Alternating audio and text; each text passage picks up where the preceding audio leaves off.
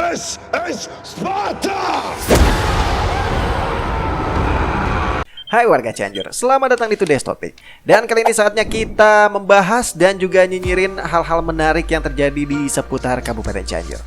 Oke, sebagai warga biasa, seberapa sering sih kamu ngobrol sama pejabat-pejabat yang ada di wilayah kamu? Gak usah jauh-jauh deh, kita ngobrol sama kepala desa kita deh. Terlepas seberapa seringnya kamu ngobrol sama kepala desa, pasti ada aja momen kan ketika misalnya kamu ingin mengobrol dengan mereka entah terkait dengan beberapa hal, baik itu keluhan kamu di wilayah ataupun mungkin bertanya tentang sesuatu hal.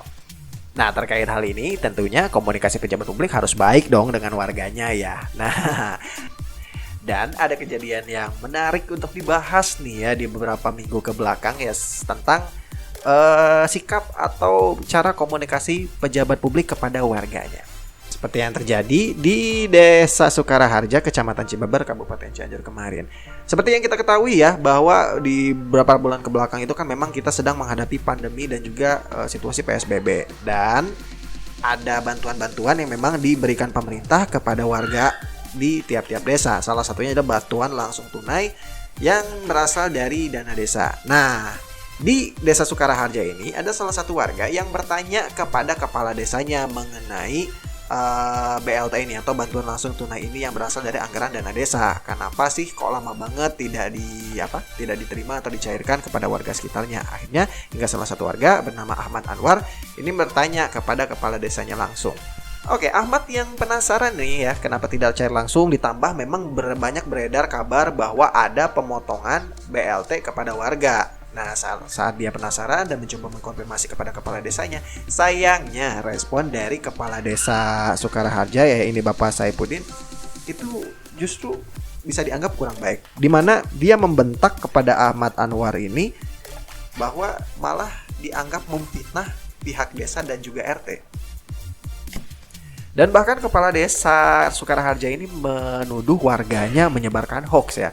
Tentunya si Ahmad ini yang menerima pesan tersebut sontak ngerasa kaget dan juga heran. Padahal dia kan cuma sekedar nanya dan tidak menuding pemerintah desa melakukan pemotongan. Dan selepas pertanyaan tersebut justru malah kepala desanya menutup diri untuk menjawab pertanyaan-pertanyaan dari warga. Oke, nah selain daripada itu dari komunikasinya yang mungkin kurang baik ya kepada warganya, dan memang ada penuturan juga dari warga yang lainnya bahwa di tempat mereka ada sebuah, mungkin warga ini sudah mengajukan proposal tentang terkait perbaikan jalan. Ini maksudnya ke jalan desa ya. Sudah berapa kali diajukan, sudah berapa kali warga coba untuk menghubungi dan ngobrolin bagaimana gitu, tapi tidak ada respon juga dari pihak pemerintah desa. Hingga akhirnya jalan desa tersebut diperbaiki oleh warga secara swadaya. Mereka patungan dengan biaya sendiri tanpa ada bantuan dari pihak desa. Nah, komunikasi pejabat publik kalau misalnya seperti ini itu mungkin tidak akan baik ya dengan hasil yang ada gitu. Ya walaupun misalnya ada kendala, kita pun paham misalnya dalam pemerintahan itu kan pasti ada kendala ya, baik itu terkait birokrasinya ataupun juga masalah anggarannya. Tapi kalau misalnya warga diberikan pemahaman, ya itu pasti warga pun bisa menerima dengan baik ya. Dan juga tentunya hubungan baik antara pemimpin dan juga rakyat ya bisa berjalan baik juga.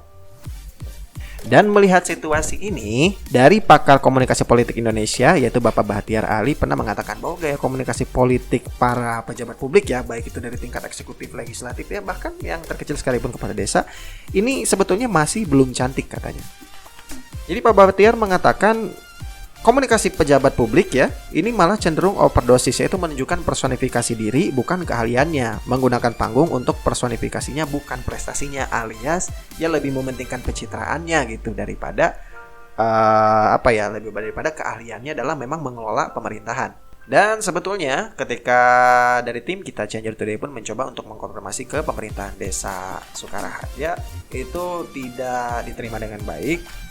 Karena memang kepala desanya juga sulit untuk dihubungi atau ditemui juga, dan ke stafnya yaitu sekretaris desanya juga mengatakan atau enggan untuk berkomentar lantaran dianggap bahwa hal itu adalah masalah pribadi bukan masalah pemerintah desa. Ya, mungkin kita berharap saja komunikasi pejabat publik kita baik tingkat desa dan juga sampai ke atasnya itu bisa lebih baik lagi supaya tidak ada kesalahpahaman juga dengan warga yang ada di bawah.